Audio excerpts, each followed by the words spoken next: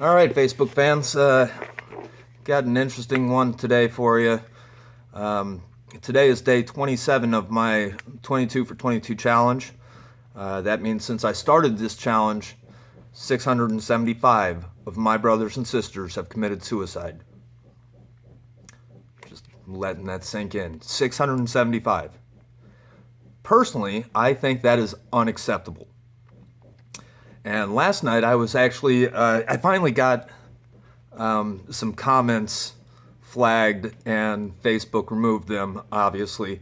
And it really got me thinking about where our society is as a whole. See, I was advocating vigilante justice in one particular case. This particular case, the criminal was found guilty, was sentenced to a very, very light sentence by comparison. For example, let's say that this criminal was a murderer who purposely went out and murdered somebody just for the kicks of it. The judge then gave them, let's say, 3 months in prison for a crime. A vicious, hellacious crime that he pled guilty to. He was convicted. He did his time. Unfortunately, I, like very many other people, believe that that is not enough time. And it really highlights that the justice system is broken. Justice, much like any other commodity, can be purchased at the highest price. So if you can outspend your opponent, you will get your justice. I think that's crap.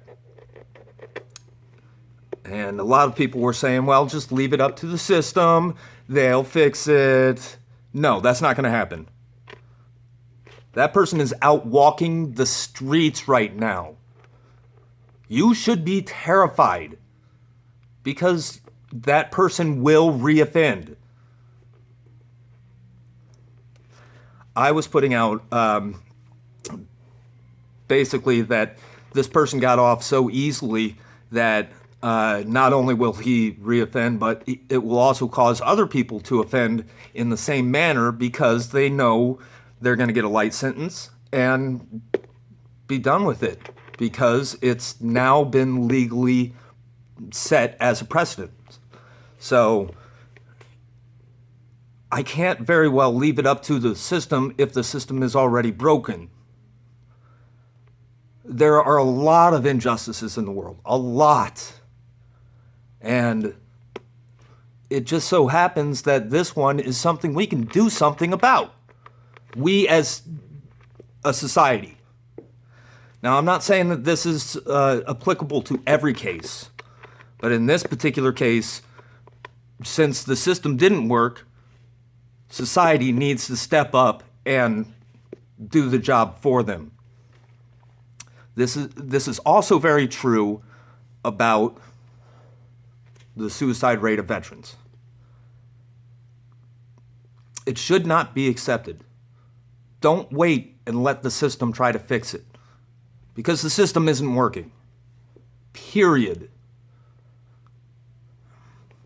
Now, I understand with the upcoming election, you are probably thinking of tons of issues. The number one issue that you should be concerned with is your government is not working for your people. Period. The two-party system has a stranglehold on our government. Our government. And we, all of us, have to fight to get it back. Vote third party. I don't care if people say it's a waste of a vote. It's still better than voting for either of the two candidates that they have up. All right, enough about the politics. Let's talk about veteran suicide rates.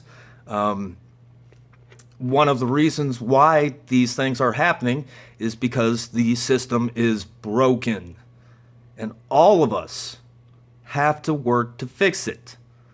That means writing your representatives. Do it every day. Just one line that says, veteran suicide rates are unacceptable, please help. You can copy and paste that and send it out to every representative in our country in a matter of 5 minutes, in the same amount of time that it took you to watch this video. I'm providing the link. There is literally no excuse for you to not do this. There's also no excuse for you not to hit that share button. We need to start having an adult conversation about where our society is going. Because obviously we can't have an adult conversation on Facebook without having all of our points being questioned and then removed by Facebook.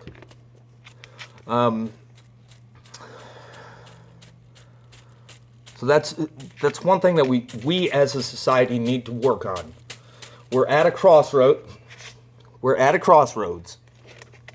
and you have to decide, are we going to be the country that just lets things go, just wait and see until it gets better?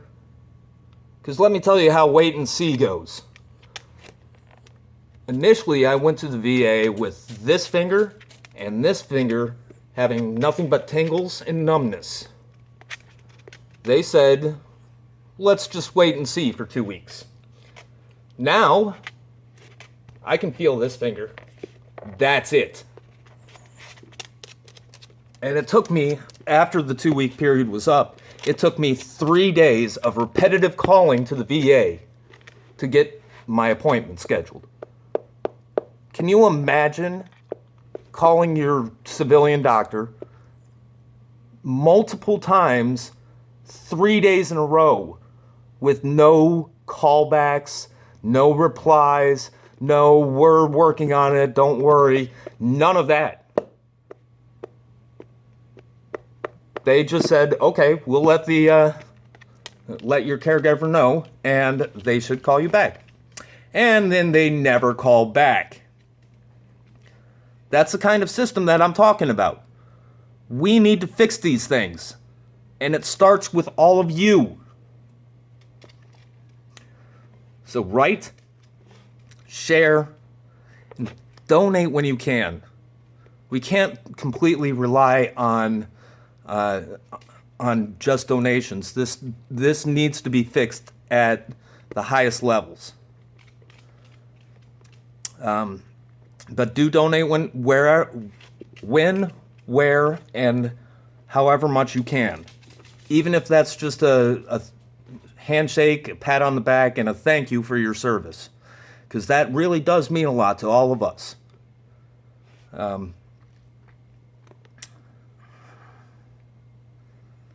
know the largest segment of veterans that are committing suicide is the Vietnam era veterans.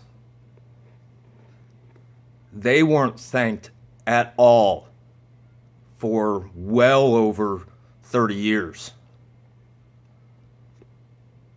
So if you see a Vietnam veteran, by God, shake their hand.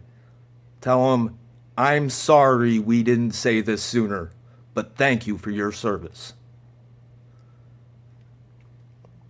All right. Let's do some push-ups. 1, 2, 3, 4, 5, 6, 7, 8, 9, 10, 11, 12, 13, 14, 15, 16, 17, 18, 19, 20, 21, 22,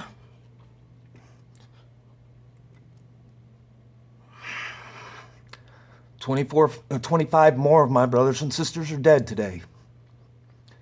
And it's only going to get worse.